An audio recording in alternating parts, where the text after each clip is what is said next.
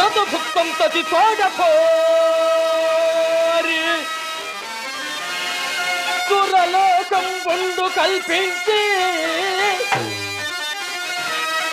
విద్య తపశక్తికి త్రిశంకునందుని కల్లే భజ్యుండు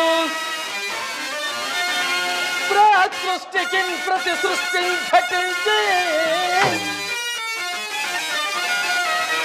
బ్రహ్మపదము ఏ రాజర్షి సాధించే అట్టిత పోరాసితలంప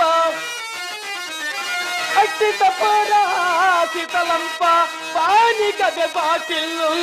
జయారంభము